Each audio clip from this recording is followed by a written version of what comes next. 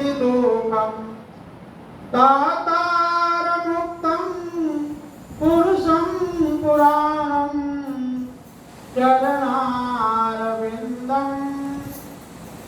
सततं नमामि। विश्ववंदनीय सद्गुरु कबीर साहिब एवं उपस्थित अनेक शिववेकी भक्तजन जगत, काले बधा दशहरा मनाया नहीं, दशहरा मनाया, दशहरा दिवस ये रावण से ना, रावण ने वध किया।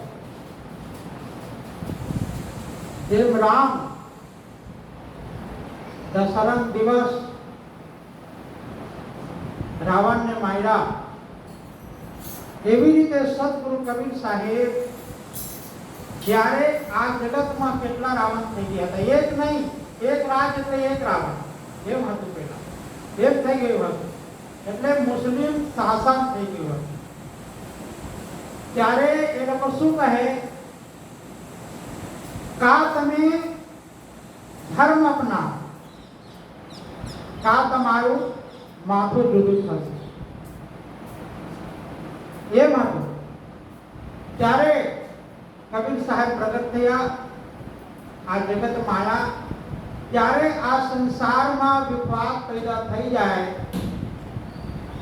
अने सारू माणसों ने लोगो मारवा लागे, प्रताड़ित करे, त्यारे भगवान प्रगट थाय, संत महापुरुष प्रगट थाय, सद्गुरु कबीर साहेब प्रगट थाय। એટલા માટે સંસારને શાંત રહે અને ચેતવવા માટે સદગુરુ કબીર સાહેબ પ્રગટ થયા। કબીર સાહેબ માને ગર્ભથી પ્રગટ નહીં થયા, એ પ્રકાશ પ્રગટ થયા। એટલે એવું કહેવાય અયોનિ, કોઈ યોનિથી એ પેદા થયા નહીં, જે ગર્ભમાંથી જન્મે એને પેદા થયા કહેવાય। અને જે ऑटोमेटिक જે પ્રગટ થાય એને અવતાર કહેવાય। તો કબીર સાહેબ અવતાર લીધો, પ્રગટ થયા। તો કબીર સાહેબ ની એક સાખી છે, એમાં કહે છે, શું કહે, ગગન મંડળથી ઉતરે સદગુરુ પુરુષ કબીર, જગત માહી પૌરણ કિએ सब पीरन के पीर। सदगुरु कबीर साहेब आकाश में थी, प्रकाश रूप आया, प्रकाश रूप में थी कमल पुष्प पर प्रकट थया। अने एने कोण जोयु, अष्टानंद स्वामी जे रामानंद शिष्य था, ये लहर तलाव में, लहर तलावना कांठे ध्यान लगावीने बैठा हता अने जेठ पूर्णिमा दिवस भर बपोरे 2 वागे ध्यान लगावीने बैठा हता झाड़ नीचे अने कबीर साहेब प्रगट थया। त्यारे आम आंख बंद कर्यो हतो तो पण એટલું બધું પ્રકાશ થયા કે આવો પ્રકાશ ક્યાંથી થાય છે એમ કરીને અષ્ટાનંદ स्वामी से आंख खोલીને જોયું તો ઉપરથી એક प्रकाश निकले से, ऊपर थी एक प्रकाश आवे से अने एक प्रकाश मथी त्या जोयु तो एक कमल पर पुष्प ऊपर एक बालक से त्या रमे छे। ते कोण हता, एक कबीर साहेब हता। तो एमा एक भजन से, हमने सतगुरु तुम्हें सतलोक से आते देखा, रूप शोभा से कमल दल को खिलाते देखा। हमने सतगुरु तुम्हें सतलोक से आते देखा, रूप शोभा से कमल दल को खिलाते देखा। अष्टानंद ध्यान लगाते थे लहर तारा में, उनकी आंखों को भी चकाचौंध बनाते देखा। अष्टानंद ध्यान लगाते थे लहर तारा में, उनकी आंखों को भी चकाचौंध बनाते देखा। हमने सतगुरु तुम्हें सतलोक से आते देखा, रूप शोभा से कमल दल को खिलाते देखा, रूप शोभा से कमल दल को खिलाते देखा। तो एक भक्त कहे છે, હે સદગુરુ કબીર સાહેબ, હું તમને સતલોકથી આવતા જોયા અને લહર તળાવના કાંઠે અષ્ટાંગ ધ્યાન લગાવતા હતા અને એને આંખ ચકચમ થઈ ગયા, એટલે એટલું બધું ચમક થયું કે એને ખબર પડી નહીં અને આશ્ચર્ય થઈ ગયા। તમે જ્યારે પ્રગટ થયા ત્યારે આવું થયું। ये तो क्या कबीर साहेब रमे छे फूल पर અને એ દિવસ નીરુ નામના, નીરુ અને નીમા નામના બે દંપતી પરણીને આવે છે, લગ્ન કરીને આવે છે। તો એની ધર્મપત્નીને તરસ લાગી એટલે પતિદેવને કહે છે કે હે પતિદેવ, મને તરસ લાગે છે, પાણી પીવું છે। અને આજુબાજુમાં જોવે છે કે કઈ તળાવ છે, કઈ નળ છે, કઈ કૂવો છે। તો જોયું કે સામે તળાવ જેવું લાગે છે, એમ કરી થોડીક આગળ વધ્યા એટલે જોયું કાંઠે ઉપર જાય કે હા તળાવ તો છે, તળાવ ભરેલું છે અને તળાવમાંથી પાણી આમ જાય છે। કેમ કે અમુક જગ્યાએ એવું હોય છે કે આમ નદી હોય અને નદીમાંથી પાણી ઉભરાય અને ઉભરાઈને પછી બીજા જગ્યાએ જાય। એ લહર તળાવમાં એવું હતું, ગંગા નદીને પાણી ભરાઈને એ બાજુ જતો, એટલે ત્યાં જે પસાર થાય નિર્મળ પાણી હતું, એકદમ શુદ્ધ પવિત્ર। ત્યાં કાંઠે ગયા એટલે જોયું કે આ તો બહુ સરસ પાણી છે, વહે છે, જાય છે અને બહુ નિર્મળ છે, કે પીવા જેવું છે। તો પછી એને પતિ કહે છે કે જાઓ તમે પીને આવી જાઓ, હું અહીંયા ઊભા છું। એટલે ગયા, આગળ ગયા એટલે જોયું કે આ કમલ પુષ્પ પર એક બાળક રમે છે। એટલે જે ભાઈઓ હોય ને, ભાઈઓ બાળકો જોઈ એટલે આમ ગદગદ થઈ જાય, એમ થાય કે હું કોણામાં લઈ લઉં। અને બાળક થઈ જાય તો નહીં, પણ જેને બાળક નહીં થયું હોય ને તેને તો વધારે હોય, કેમ કે બીજાને છોકરા આવે ને એટલે રમાડે તરત એને લાવવા મને આપત પડી જાય। તો એવી રીતે જોયું ના, તો એને ગદગદ થઈ ગયા, એમ થઈ કે એને લઈ લઉં। એટલે પછી પાણી પીધું, પાણી પી પછી પોતાને પતિને જાય કે હું પતિદેવ ત્યાં એક બાળક છે અને કમલ પુષ્પ છે, હું લઈ આવું। તો એ કીધું કે તમારી ઈચ્છા। ગયા અને જાય પછી લેતા આવ્યા। તો એને થયું કે ભાઈ આને કોઈ ફેંકી દીધા હશે, કોણ માણસ આને મૂકીને જતા રહ્યા છે। એટલે કીધું કે એને પતિદેવ હું તો આને લઈ જઈશ, હાલો લઈ જઈએ, હાલો કઈ વાંધો નહીં। અને લઈ ગયા, લઈ જઈને પછી રાખ્યા, પછી 2-4 દિવસ વાગ્યા થયા તો લોકો કહેવા માંડ્યા કે ભાઈ આ તો પરણીને આવ્યા છે પણ ખબર નથી કે આના છોકરાઓ પાડી લે આવ્યા। પછી વાતો કરવા માંડ્યા એટલે એને પતિ કહે જાઓ જ્યાંથી લાવ્યા ને ત્યાં મૂકી દો।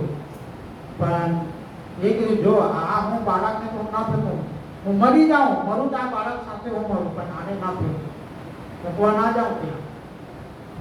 પછી રાખ્યા, ભલે લોકો કહે કહેવા દે, અમને ખબર છે કે ક્યાંથી લાવ્યા છે। પછી એ લોકો વિચાર કર્યો, એમ થયું 1 મહિના 2 મહિના પછી કે એને નામકરણ કરવું જોઈએ। ગમે તે બાળકને રાખે એટલે નામ નહીં થયું, નાના બાળક એટલે લાગ્યું કે આને નામકરણ થયું નથી। બધા પંડિતને બોલાયા, મૌલાને બોલાયા અને આને નામકરણ કરીએ। બોલાયા, બેઠા અને કોપી કાઢે પેલા પંડિત લોકો અને મુલ્લા લોકો। પેલા મુલ્લાઓને પૂછે કે ભાઈ તમારે પત્ર શું નીકળે છે? તો આમ કરી જોયું તો આખા ટોપીમાં છપાઈ ગયા, એમાં બધું એ હોય, કુંડલી હોય, પણ કુંડલી નહીં, કુંડલી બધાને માત્ર લખાઈ ગયા પાનામાં કબીર કબીર કબીર, આનું નામ કબીર છે, આનું નામ કબીર છે, જ્યાં જે પાના બધા બાજુ કબીર કબીર। તો પૂછ્યું પછી ભાઈ આનું શું નામ છે? ભાઈ આનું નામ કબીર છે। પછી પંડિતજી તમે તો જો તમારી પોથીમાં શું છે? એ લોકો કઈ ગયા, એમાં કુંડલી નથી, કઈ નથી, કુંડલી બધામાં આનું નામ કબીર છે, આનું નામ કબીર છે, આનું નામ કબીર છે, બસ કબીર કબીર જ લખેલું। એટલે એને થયું કે ના આનું નામ કબીર જ છે, એટલે એનું નામ કબીર રાખ્યા। અને એમ દિવસે દિવસ જાય છે અને દિવસે દિવસ જાય છે, પણ એ દૂધ ના પીવે, દૂધ લાવી પીવડાય તો ના પીવે। મોઢા ફેરવી નાખે. એમ કરતા કરતા કબીર સાહેબને કેટલા વર્ષ થઈ ગયા? 7 વર્ષ થઈ ગયા. 7 વર્ષ હવે તો 2 વર્ષ 3 વર્ષ તો રમે ને, રમવા લાગે, બોલે, ચાલે. આ 3-4 વર્ષ થાય પછી 7 વર્ષ થઈ ગયા. 7 વર્ષ થઈ ગયા પછી બહુ સારું બોલે, જ્ઞાનની વાત કરે કબીર સાહેબ. પછી એને માને થઈ કહે કે બેટા અમે લોકો દર રોજ ખાઈએ છીએ, સવારમાં જલપાન કરીએ, બપોરે જમીએ, સાંજે જમીએ, અને તમે કોઈ દિવસ જમતા નથી. જ્યાંથી તમને લાયા છું ત્યાંથી તમે કોઈ દિવસ એક ચૂકવું દૂધ પણ નહીં પીવું. પણ જોયું કે મારી માં દુઃખી થાય છે, એટલે એને માને કીધું જો કહે માં તમે મને દૂધ પીવડાવશો ને તો 7 દિવસની બાજરી હોય ને એને તમે લેતે આવો. તો 7 દિવસના બાજરી લેવાની હતી એને લાયા, અને લાવીને પછી લાયા તો કબીર સાહેબ એની પર હાથ મૂકી દીધા. એની પર હાથ મૂક્યું અને કીધું કે જે ધોવાવાળા વાસણ હોય ને એને તમે શું કહો? દૂધ કાઢવાવાળા જે હોય, હા હા, એટલે ધોવાવાળા વાસણ હોય એને પેલા માટી નાખતા, બરોબર? એમાં માત્ર દૂધ જ દૂધે. આ દૂધ ગરમ કરે, દૂધ મૂકે, એ સ્પેશિયલ હોય. તો લાયા વાસળી, પછી કહે માં કહે આ દૂધ વાળા જે વાસણ છે ને એને મૂકી દો, એને આચાર દીધી. આમ કરે ને પછી તો 7 મિનિટની બાજરીને આચારમાંથી દૂધ નીકળ્યા 5 લીટર જેવું કાઢ્યા. પછી એને માન કહે કે હવે ગરમ કરી દો દૂધ, હવે કાંઈ મને પાવ. પછી એને કીધું કે જો મકા હવે કોઈ દિવસ મને તમે કહેતા નહીં કે દૂધ પીઓ, તમારે માન રાખવા માટે મેં આ દૂધ પીધું, અને 1 ગ્લાસ દૂધ છે ને હવે મને આખા જિંદગી ચાલશે. શું કીધું? આખા જિંદગી ચાલશે મને, હવે કઈ વાર ખાવાનું પીવાનું જરૂર નથી. કેમ કે જે મહાપુરુષ પ્રગટ થાય, કેમ કે એને શરીર નહીં હતું, 5 તત્વનું શરીર ના હતું. જે દેવ પુરુષ હોય, જે ભગવાન હોય, જે મહાપુરુષ હોય, જે કબીર સાહેબ હોય, એને અમારે પંચ ભૌતિક શરીર છે, એને પંચ ભૌતિક શરીર હોતું નથી. એટલે માટે એને ખાવાનું પીવાનું ઊંઘવાનું કઈ જરૂર પડતો નથી. એ તો દુનિયાને દેખાડવા માટે હું બે હા એવું બધું છે, પણ આ જગતને શિખામણ આપવા માટે અને ચેતવવા માટે આયા હોય. પછી કબીર સાહેબ માત્ર જ્ઞાનનું વાત કરે તો કબીર સાહેબ ધર્મ સ્થાપન કરવા માટે અને માનવતા શું છે, માનવતા સમજાવવા માટે કબીર સાહેબ પ્રગટ થયા. તો કબીર સાહેબ શું કહે છે? मानुष तेरा गुण बड़ा, मांस न आवे काज, हार न होते आवरणा, त्वचा न बाज न बाज. કહે છે કે હે માનવ, હે મનુષ્ય, આ તમારું જે ગુણ છે ને એ ગુણ તમારું મોટું છે. આ તમારું શરીર કઈ કામ આવતું નથી. જે જનાવર છે ને ઢોરનું હાડકા એ બટન બને, આપણે આ લગાવીએ ને પકડ, આ હાડકા ઢોરનું હાડકા એને શુદ્ધ કરીને મશીનમાં ઘસીને ધોળું કરી નાખે અને કટકા કરીને બટન બનાવે, એને હાડકાનું બટન બને. અને ઢોરનું જે ચામડા છે એનું બાજા બને, નગારા બને, ડબલી બને. એ કામ આવે. જે છાણ છે, ગાયોના જે છાણ છે ખેતરમાં નાખે, એનાથી પૌધા છે એને પોષણ મળે. જો માણસ છે ને, માણસનું શરીર કઈ કામ આવતું નથી.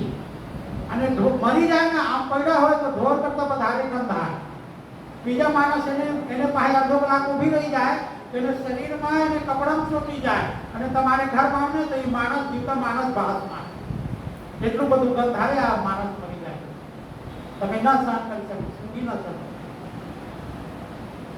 તો એટલા માટે સદગુરુ કબીર સાહેબ કહે છે કે હે મનુષ્ય, હે માનવ, તમે જીવતા જીવતા સારું કામ કરી લો, જેમાંથી લોકો તમારું નામ લે. આ તમારું શરીર છે તે કઈ કામ આવશે નહીં. એમ સદગુરુ કબીર સાહેબ આપણને સમજાવે છે.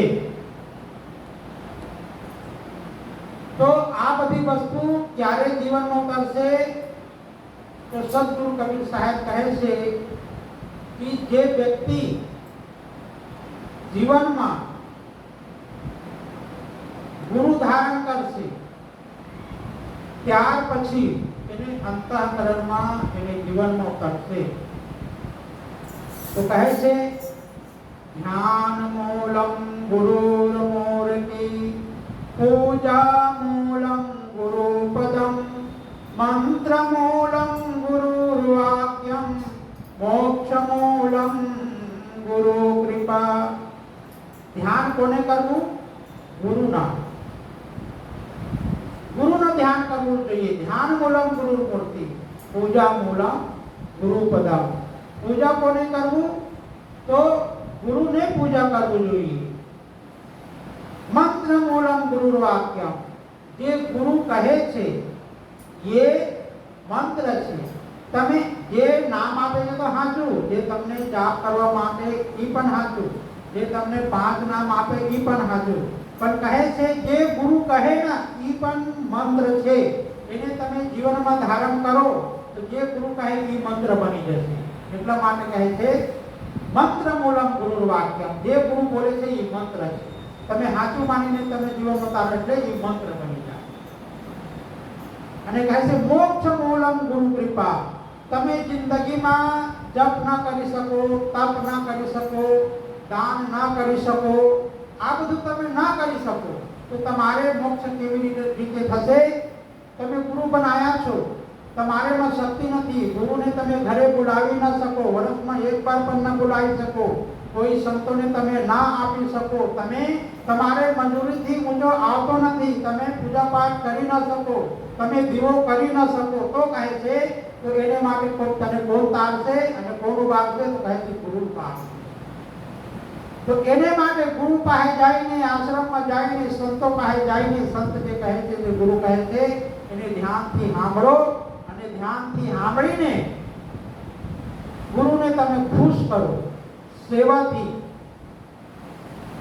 એને વચનને રાખીને તમે ખુશ કરો તો એક દિવસ એવું આવશે કે તમે કઈ નહીં કરતા હોય તો પણ ગુરુના કૃપાથી તમે કરી જશો, તમને મોક્ષ પ્રાપ્ત થશે. અને પોતે તરવું હોય તો બધું કરવું પડે. દાન કરવું પડે, ફોન કરવું પડે, જપ કરવું પડે, તપ કરવું પડે, તો તમે પોતે તરશો. અને આ બધું ન કરી શકો તો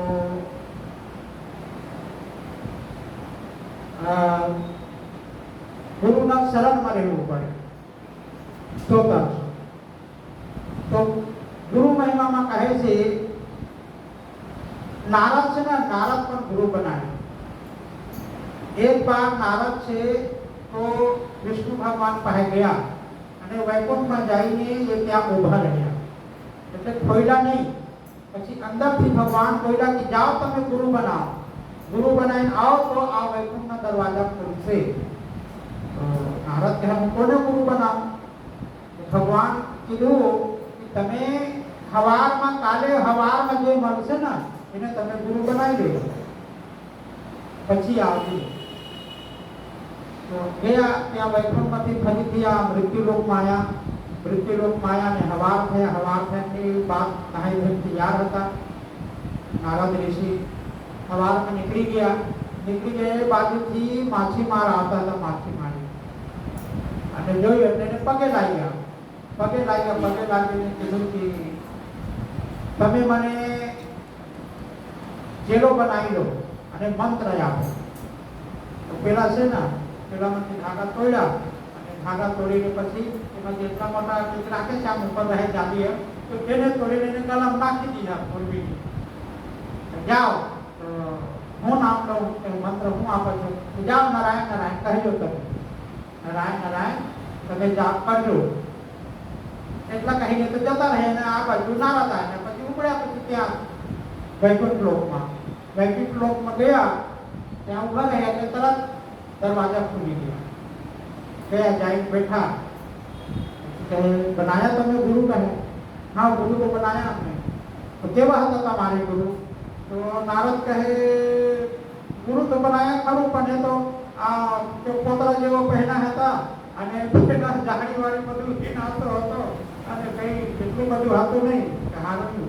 એટલે વિષ્ણુ ભગવાન કહે જાઓ તને હું શ્રાપ આપું છું, કહે તું ગુરુની નિંદા કર્યા છો, મારા સામે તમે ગુરુની નિંદા કર્યા એટલે જાઓ તું 84 લાખ તમે ભોગશો. પેલા આશ્ચર્યચકિત થઈ ગયા, આ મને ગુરુ બનાવીને એટલા મને શ્રાપ આપી દીધા. પછી પૂછાય તો કેવી રીતે મળશે આજ મારું 84? તો કહે તમારે ગુરુ જેમ કહેશે ને તેમ તમે કરશો તો એ મળશે. ફરી આવે ગુરુ પાસે, બીજા દિવસ આવીને હવા આપે અને ખબર પડી ગયા આમાં બીજા એટલે ત્યાં ઉભા રહ્યા. રસ્તા મળી ગયા એટલે કહે ગુરુજી કહે હા બોલો શું છે? ઉભા રહો કહે મને તમે કંઈક ઉપદેશ આપો. કહે શું ઉપદેશ આપો? એ કહે કે મારે 84 મટી જાય ના એવું તમે ઉપદેશ આપો. તો હું કહ્યું તમે 84 જવું પડે છે? તો ભગવાન છે ને મને એ શ્રાપ આપ્યો છે 84 તારે જવું પડશે, ભોગવું પડશે. હા તો એ કે પછી એને ગુરુજી કહે છે કે જો ભગવાન આપ્યો છે ને તને શ્રાપ, તો ભગવાનને કહેજો કે મારું 84 કેવી રીતે છે આ ધરતી પર તમે લખો અને એ લખતા ધૂળ હશે, ધૂળ હોય ને તો ધૂળમાં લખતા જશે અને એમાં તમારે એમાં લોટી જવાનું આ છોકરાને જેમ, પછી એ મળતું જશે, એમાંથી તમારે મટી જશે 84. અને ફરી એ ગયા એટલું કીધું એટલે પછી ગયા ઉપડ્યા વૈકુંઠમાં ગયા. વૈકુંઠમાં જઈને ભગવાન પાસે જઈને પગે લાગ્યા. હું કીધું ગુરુજીને, તો ગુરુજી મને આદેશ આપ્યો છે તમે છે ને તમે મારે 84 કેવી રીતે છે અને કેવી રીતે ભોગવું પડશે એ બધું મને તમે આ ધરતીમાં લખીને આપો. સારું બતાવી દઉં તમને, એટલું મને બતાવો પછી મારું મળશે. સારું પછી લખતા ગયા શું યોનિમાં જવું પડશે, ક્યાં જવું પડશે એ બધું લખ્યું. જો જે 84 જાય ને તો સૌથી પહેલા હાફના યોનિમાં હાફ છે ને હાફના યોનિમાં જાય. હાફના યોનિમાં જાય આમ જાય એટલે માણસના વિષ્ણુ ઉપર એને શરીર પડે હાફના એટલે એને કેટલા યોનિ તો પછી એ લખતા ગયા બધું થોડીક લખ્યા એટલે નાના વિષયમાં નીચે એમાં લોટતા ગયા એટલે બધું મતતા જાય લખતા જાય અને પૂરું થયું પછી ઉભા થયા અને આ ઉભા થયા. એને કીધું મેં હું તો લખતા ગયા તું તો મટાડતા ગયા, આ શું કહ્યું તમે? કે ભગવાન હવે મારું મટી ગયા, મારે ગુરુજી એમ જ કીધું. તો પડી ગયા તો હા શું કહે તમારે ગુરુજી કીધું હતું ને એટલે હા. તો એ છે મારે કહેવાનો ભાવ છે કે જગતમાં કરવું હોય તો ગુરુ વગર માણસ ના કરી શકે.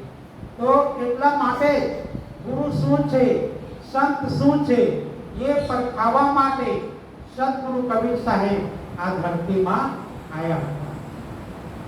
કેટલા સદગુરુ કબીર સાહેબને લોક તકલીફ આપી, પણ જે દેવ પુરુષ હોય, જે મહાપુરુષ હોય એને કોઈ પ્રકારનું જો તકલીફ છે એ અડતું નથી, નડી શકતું નથી. તો એને જ્ઞાન સાંભળીને પંડિત લોકો ને દ્વેષ થાય. આ નાના છોકરા છે અને મોટી વાતો કરે. ત્યાંનું રાજા છે જે મુસલમાનોના પીર હોય, જેમ આપણે સંતને માનીએ ને સંતને એ લોકો પીર કહે, આપણે સંત કહીએ, ગુરુ કહીએ, એ લોકો પીર કહે. તો એને જો પીર હતા, જે મુલ્લા લોકો છે એ લોકો આ કબીર સાહેબ બોલે કે ભાઈ તમે લોકો ઉપર ચઢીને ભાંગ પુકારો છો તો તમારે જે સાહેબ છે બહિરા છે, સાંભળતા નથી, ઉપર તમે બમો પાડો છો. એ તો કીડી જે ચાલે ને નીચે એનો જે પગનો અવાજ છે એને પણ સાંભળે છે. તો તમે લોકો હું આ મસ્જિદમાં ચડીને તમે બમો પાડો છો બધા? એટલે પેલા લોકો ખોટું લાગે કે આ છોકરો તો ને બહુ બદમાશ, આને કંઈક કરવું જોઈએ. એટલે શું કરે એ લોકો? ત્યાંનો રાજા કઈ બોલાવે કે છોકરાને કહે, કેમ કે મુસલમાનો છે ને એ સંત કહે જેમ કહે તેમ કરે. એટલે પેલા રાજા પાસે જઈને કહે, એ રાજા કહે આ પેલા નાના છોકરો છે ને બહુ બદમાશ, બહુ ખરાબ, हमारे मुल्लाओं ने वो बोले, हमारे फकीरों ने वो बोले ना कि आप बहुत खराब बोले છે, તો શું કરવું જોઈએ? એને કહે એને મારી નાખવા. કેવી રીતે મારવાનું? તો કહે જો એને માટે એવું કરવાનું કે શરાબ પીવડાવી દેવાનું, શરાબ પીવડાવી દેવાનું હાથીને, અને રાજ દરબારમાં બોલાવવાનું, અને ત્યાં એને બેહાડવાનું ખુરશી રાખીને, અને પછી હાથીને છોડી દેવાનું. એટલે હાથી આવશે, એને પકડશે સૂળમાં અને પટકી દેશે, અને એને પર પગ મૂકશે એટલે કતરાઈ મરી જશે. સારું કહે એવી રીતે જ કરવાનું. સહી સીધા પેલા મંત્રીને કહે, પેલા કબીર સાહેબ છે ને કહેજો કે આવે અમારે દરબાર. અને હાથીને પીવડાવી રાખ્યા, પેલા શરાબ પીવડાવી. કબીર સાહેબને બેહાડ્યા, બિહાડીને પછી પેલા મુગલા હાથીને છોડી દીધા. તો હાથી આયા બાજુ ચિંઘાર મારતા આયા. પછી અંદર જેમ આયા કેટલું મોટું હોય, પેલા રાજ દરબાર છે ને આમ હોય, જ્યાં સભા બેસતા એટલું મોટું આપણે આ છે એટલું મોટું હોય, એટલે હાથી આવી જાય. આમ અંદર આયા, સાહેબ આ બેઠા છે, અને ત્યાંથી આયા ગેટની આ બાજુ આયા ને એટલે કબીર સાહેબ પોતાના શક્તિથી બે સિંહ બિહાડી દીધા હાથી બાજુ. એટલે હાથી સિંહ જોઈ ને એટલે બીક લાગે, કેમ કે સિંહ મારી નાખે.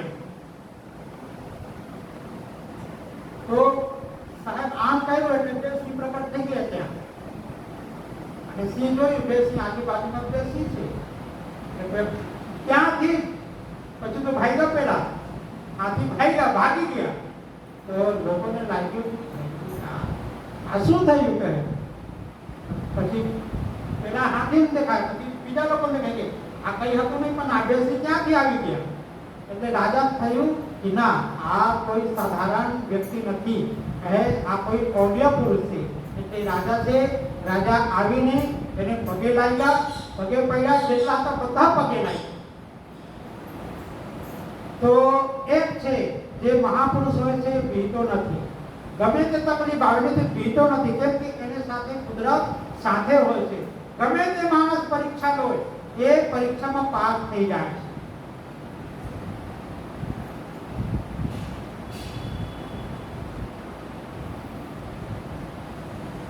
હું ટ્રેનમાં આવતો હતો ત્યાંથી છત્તીસગઢ, આજથી 3 મહિના પહેલા.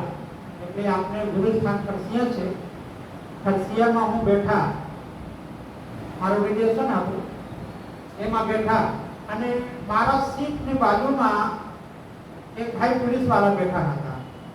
એ પેલા સ્ટેશન જ્યાંથી ઉપડી ને ત્યાંથી એ બેઠા. હું આવીને બેઠા એટલે એને આનંદ થયો.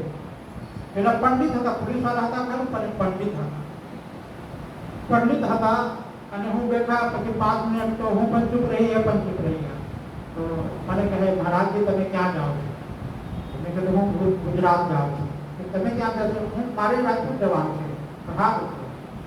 પછી એને લાગ્યું કે આ કબીરપંથી મહાત્મા છે, જેમ કે આપણે સંત છે ને ધોળા ધોળા છે, બીજું કોઈ કલર વાળા હોતું નથી. એટલે એના પરથી મને ખબર પડી કે આ સાહેબ છે. હા. તો તમે ક્યાં રહો છો? લાગે છે મને તમે કબીર આશ્રમમાં રહો છો. હા, હું કબીર આશ્રમમાં. તમે સારું સમજ્યા, અને આ ખરસિયા છે ને ત્યાં કબીર આશ્રમ છે.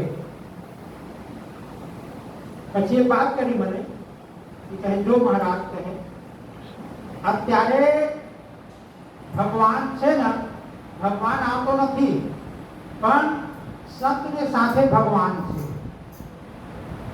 અને એ કીધું જે કબીર સાહેબ હતા ને, જેમ કે લોકો ભગવાન શબ્દથી વધારે ઓળખે, ભગવાન કહે જલ્દી ખબર પડી જાય. ભગવાન તમે સત્ય કહો ના એટલે જલ્દી ખબર ના પડે. કબીર સાહેબ તો પણ ખબર ના પડે. એટલે એ મને કીધું કે ભગવાનને માનવા વાળા હતા.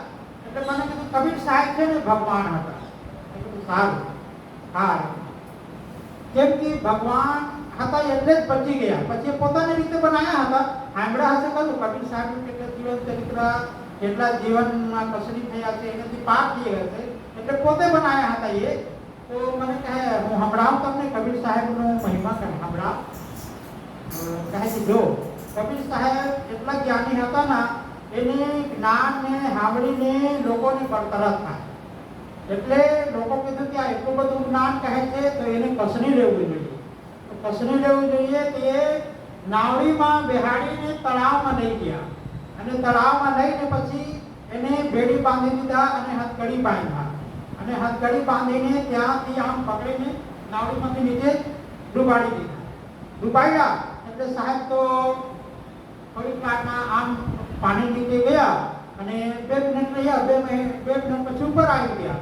આવી ગયા પછી તો કઈ નહીં, બેડી નહીં, હથકડી નથી, બધું ભૂલી ગયા. અને સાહેબ ઉપર પાણી ઉપર ચાલે છે. પછી લોકોને થયું ભાઈ આ તો મહાપુરુષ છે. આ તો પછી તળાવ કાપી ગયા, નીકળી ગયા બધા. સાહેબ ચાલતા ચાલતા પાણી પર ચાલી ગયા અને પેલા લોકો નાવડીમાં આવ્યા. અને બધા જેટલા હતા ને બધા પગે લાગ્યા, ક્ષમા માંગ્યા. કીધું કે મહારાજજી અમને માફ કરજો, અમે અમને સમજ્યા નથી. આમ સાહેબ કબીર પોતાનું જ્ઞાનનો પ્રચાર કરે છે. 4 મહિના, 5 મહિના, 6 મહિના થયા. પછી 6 મહિના પછી ફરી એમ કહ્યું. લોકો ફરીથી કહીએ ના, ફરી પરીક્ષા નહીં લેવું જોઈએ. ફરી નાવડી લઈ ગયા. ફરી નાવડીમાં લઈ જઈને પેલા તો પેડી બાંધ્યા હતા. પછી બીજા વખત છે ને ખાલી એમને એમ ડૂબાડ્યા. આમ પકડી નીચે ફેંકી દીધા સાહેબને. એટલે સાહેબ કયા 2 મિનિટ પછી ઉપર આવી ગયા. ફરી સાહેબ ચાલતા ચાલતા તો એ આ જે મહાપુરુષો છે, મહાપુરુષોને જળનો વેગ, અગ્નિનો વેગ, પવનનો વેગ, કઈ પ્રકારનો વેગ વળગતું નથી. કેમ કે એની અંદર એટલું શક્તિ હોય છે કે એને તાકાતથી, એને બળથી, એને તપથી એને પણ શક્તિ અને તાકાત મળતું હોય છે. તો જે ધર્મ કાર્ય કરે છે, જે સમાજમાં સારું કાર્ય કરે છે, એને આ બધી જે શક્તિઓ છે એ પણ મળી શકતો નથી. પણ પોતાનું અંદર એટલું જ્ઞાન અને હિંમત જોઈએ. જ્ઞાનને તમે ધારણ કરો, હિંમત રાખો, બળ રાખો, કોઈથી ભીખ ના કરો, તો એ જ શક્તિ છે તમને સાથ આપે. તો એને કહેવાનો ભાવ હતો પેલા પંડિતનો, પોલીસ વાળાનો. તો એ મને કીધું કે મહારાજ આ તો ઠીક છે, કબીર સાહેબનો વાત છે, પણ હું મારા જીવનમાં કહે કે અમારે પોલીસ વાળા છે ને એ બધું માનતો નથી. અને હું જે મોટા સાહેબ છે એની રીતે હું કામ કરું છું. એટલે મને એક દિવસ કીધું કહે જો તમે બ્રાહ્મણ છો, પંડિત છો, તમે પૂજા કરો છો, તમે પાઠ કરો, તો મારે લાકડની ચાવી છે ને ખોવાઈ ગઈ છે. તો એ ચાવી તમે મને લાવીને આપી દો તો હું તમને બ્રાહ્મણ માનું. તો બ્રાહ્મણ ના માનું. એટલે એ બ્રાહ્મણ છે. તો એ કીધું કે જો ઘેરમાં એક કોઠી આ તમે ધોળાઈ નાખો. ધોળાઈને પછી આમાં લાત મારી દો. 5 દિવસ સુધી કોઈ જવાનું નહીં. 6ઠો દિવસ અંદર જજો, પછી તમને છે ને ત્યાં ચાબી મળશે. એટલે 1 દિવસ, 2 દિવસ, 3 દિવસ ગયા પછી 5મા દિવસ જોયું એ અંદર ખૂટી હતી. તો ખૂટીમાં ટંગાળે છે 2 ચાબી. તો પેલા સાહેબ જોયું કે ના ત્યાં તો ચાબી છે, લઈ લો. તો પેલા પોલીસ વાળા કહ્યું ના, એનો નિયમ અત્યારે લેવાનું નથી, કાલે લેજો. 5મા દિવસ થઈ જાય ને પછી કાલે ખોલી લઈ લેવાનું. બીજા દિવસ થયા પછી જઈને લઈ લીધું. ત્યાર પછી પેલા સાહેબ માન્યા કે ના છે. એટલે એ પોલીસ વાળા છે ને મને લાગ્યું કે આ સંત એટલે સાંભળશે. એટલે એ મારા પાસે સંભળાયા અને મને કીધું કે મહારાજ કહે તારા જેવા જે માણસ ને મને જોઈશે. મેં કહ્યું કઈ વાંધો નહીં, જ્યારે તમે જરૂર પડે ને મને યાદ કરજો. આ મોબાઈલ નંબર છે, તમારે મળવું હોય તમારે જ્યાં રહો ત્યાં આવી જજો. તમે તમારે સત્સંગ કરવું હોય, ભજન કરવું હોય, કીર્તન કરવું હોય, કે તમારે ત્યાં એવું તમે કામ કરો, ધાર્મિક કાર્ય બોલાવી શકો. એટલે હું એને મોબાઈલ નંબર આપી દીધા. તો મારું કહેવાનો ભાવ છે, જે સમજવા વાળા સમજે છે. અત્યારે તો લોકો ગૃહસ્થ હોય કે પદ વાળા હોય, આ બધી વસ્તુઓ લોકો ઓછા જે સમજતા હોય એ સમજે. પછી મારું મનમાં થયું કે ભાઈ જે વસ્તુ મારે કહવું જોઈએ એ વસ્તુ મને કીધું. એટલે પછી બે ત્રણ કબીર સાહેબનું જો કસની છે, કબીર સાહેબનું જીવન ચરિત્ર છે, હું એને સંભળાયો. પછી મેં એ જ વાત કીધું કે જો તમને ખબર નથી કબીર સાહેબ કેવી રીતે આવ્યા.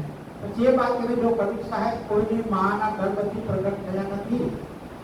અને કબીર સાહેબ પછી એને એ સાચું કીધું, ગગન મંડલથી ઉતરે સતગુરુ પુરુષ કબીર, જલજ માહી પૌરણ કિએ સબ પીરન કે પીર.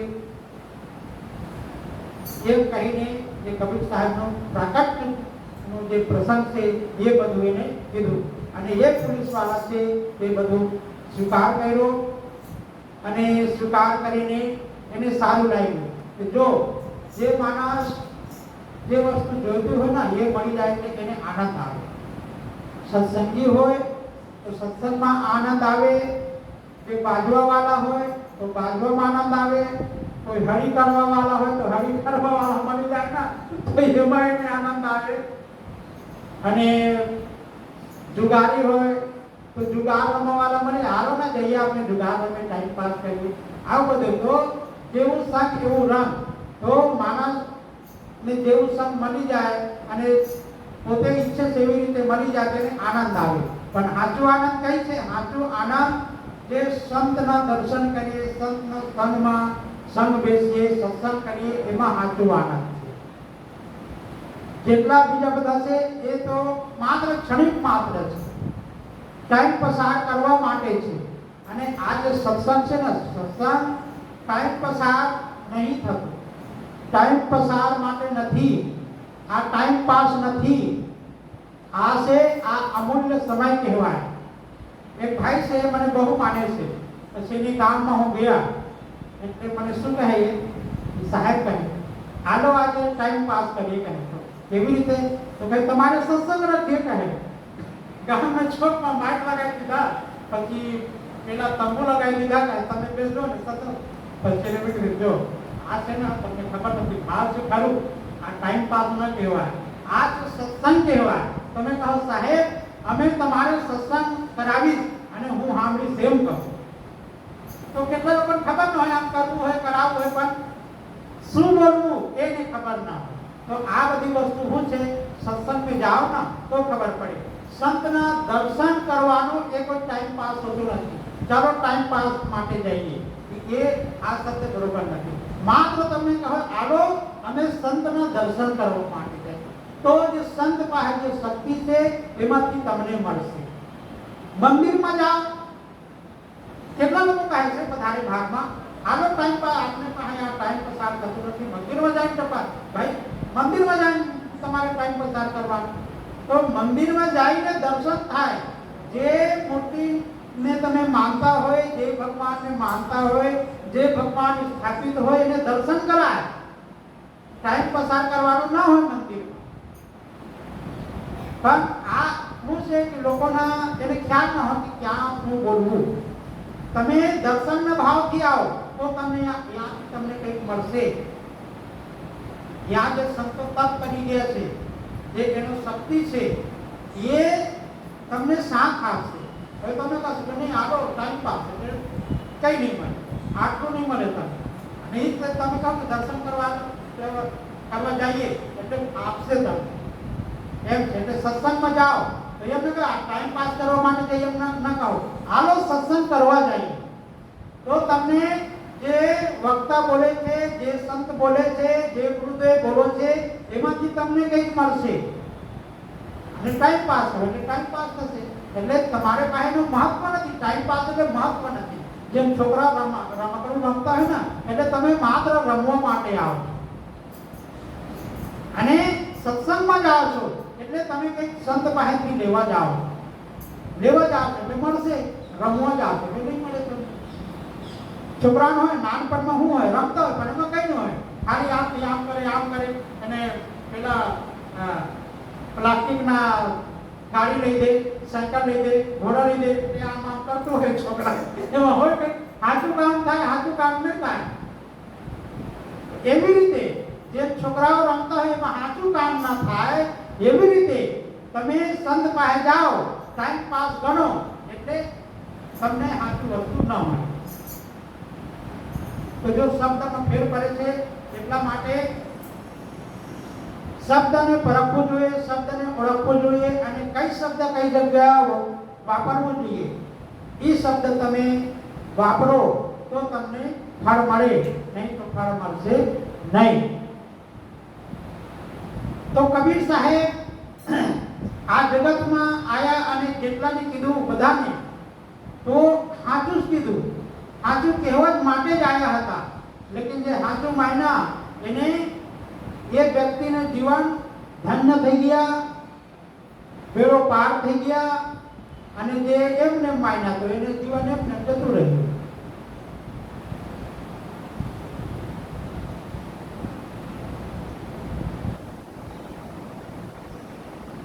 એક બાર આ ગુજરાતમાં જે કબીર રોડ તો સાંભળેલું છે ને, ભરૂચ પાસે છે, ગયા છો નહીં? તો ભરૂચ પાસે તત્વજીવા નામનો બ્રાહ્મણ હતો. એ લોકો સંતોના સેવા, જેટલા સંતો આવે ને એટલે એને ત્યાં ઉતારા કરે, ઉતારા રાખે, જે એને ત્યાં સગવડતા હતી એવી રીતે સગવડતા આપે.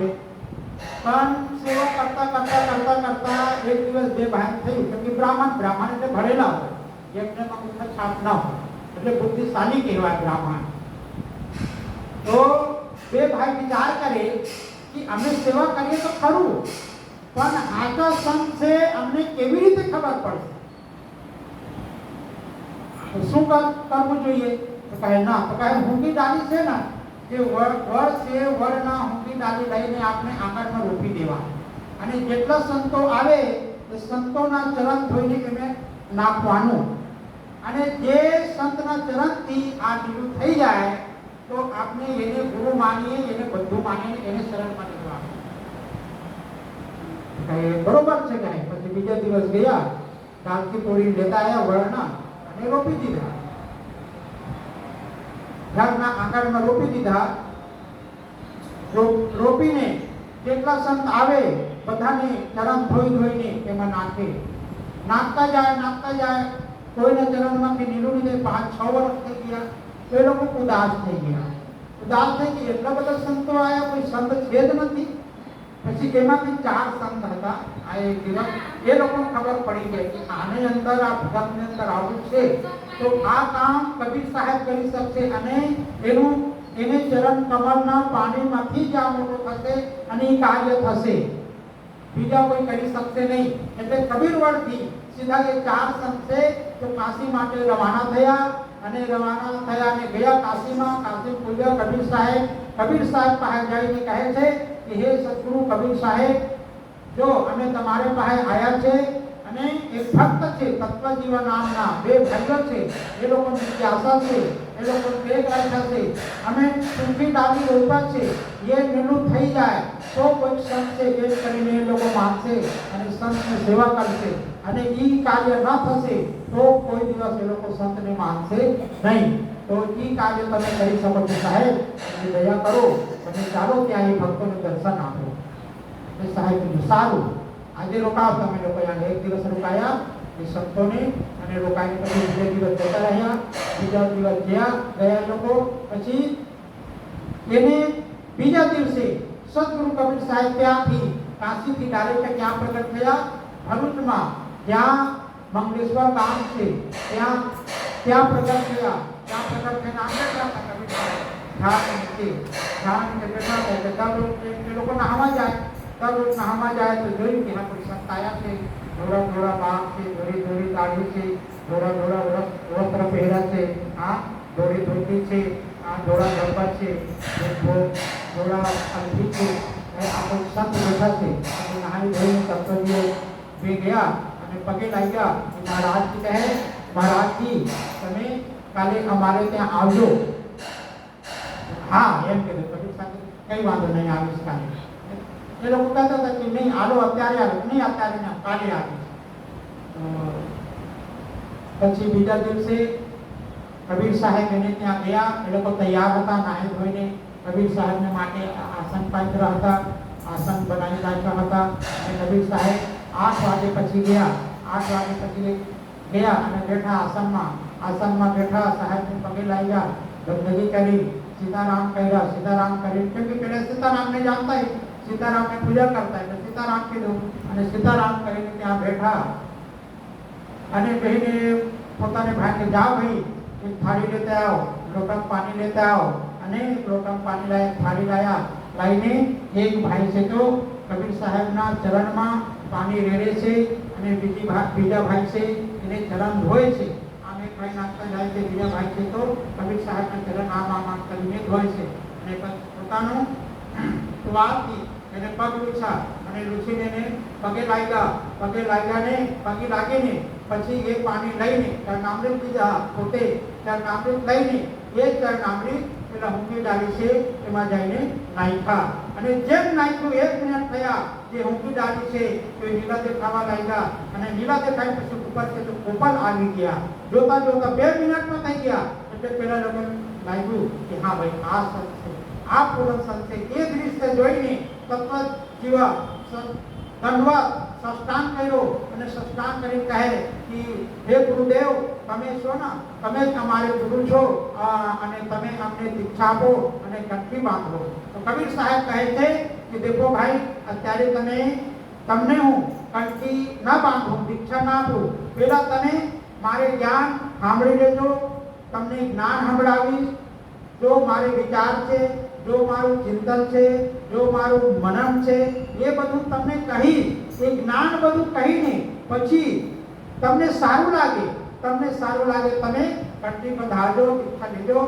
अने तमने सारू ना लागे तो तमे कटली बंधावता नहीं એટલે અઠવાડિયા રોકાઈને કબીર સાહેબ 8 દિવસ સુધી બીજકનું જો જ્ઞાન છે બીજકનું જ્ઞાન બધું સંભળાયા તો કબીર સાહેબ હું કીધું સૌથી પહેલા अंतर ज्योति शब्द एक नारी हरि ब्रह्माता के त्रिपुरारी ते तिरिये भगलिंग अनंता ते गुण जाने आदिवंता आ शब्द संभळाया અને આગળ કહે કબીર સાહેબ કીધું અવધુ કુદરત की गति न्यारी अवधु कुदरत की गति न्यारी रंग निवाज करे वही राजा भूपति करे भिखारी अवधु कुदरत की गति न्यारी आ બધું બીજાનો શબ્દ છે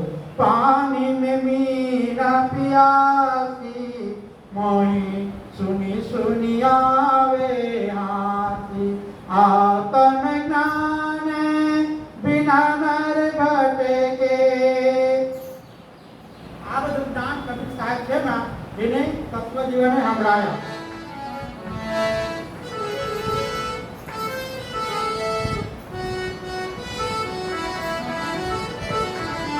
पानी में मीन प्यासी पानी में मीन प्यासी मोही सुनी सुनी आवे हासी पानी में मीन प्यासी अगल बीत कमल कमल बीत कलिया तापर भंवर निवासी पानी में पिया जाको ध्यान धरे विधि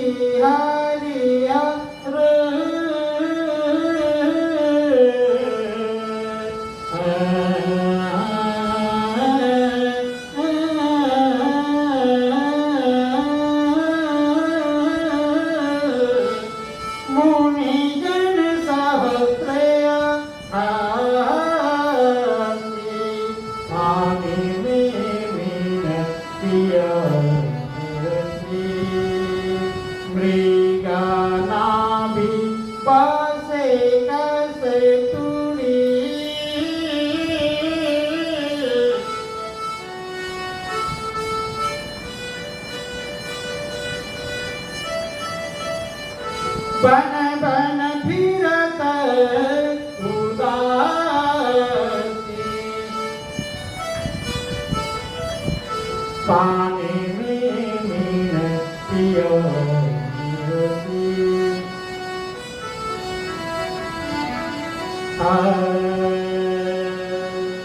मैं हाथी रे कहीं दूरे बता रे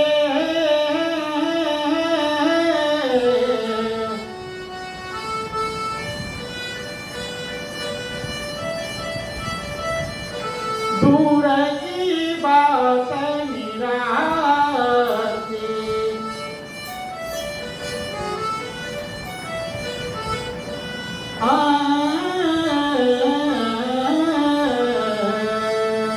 नागा होया के खाके लगावे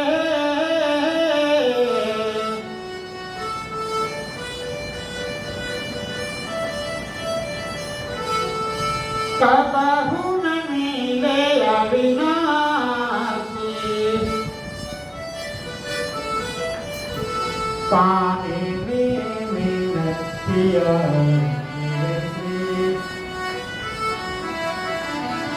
कहाँ कबीरे सुनो भाई साधु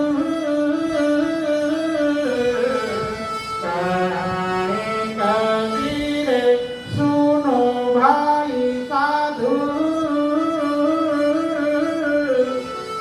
गुरु बिन भर मन जासी गुरु बिन भर मन जासी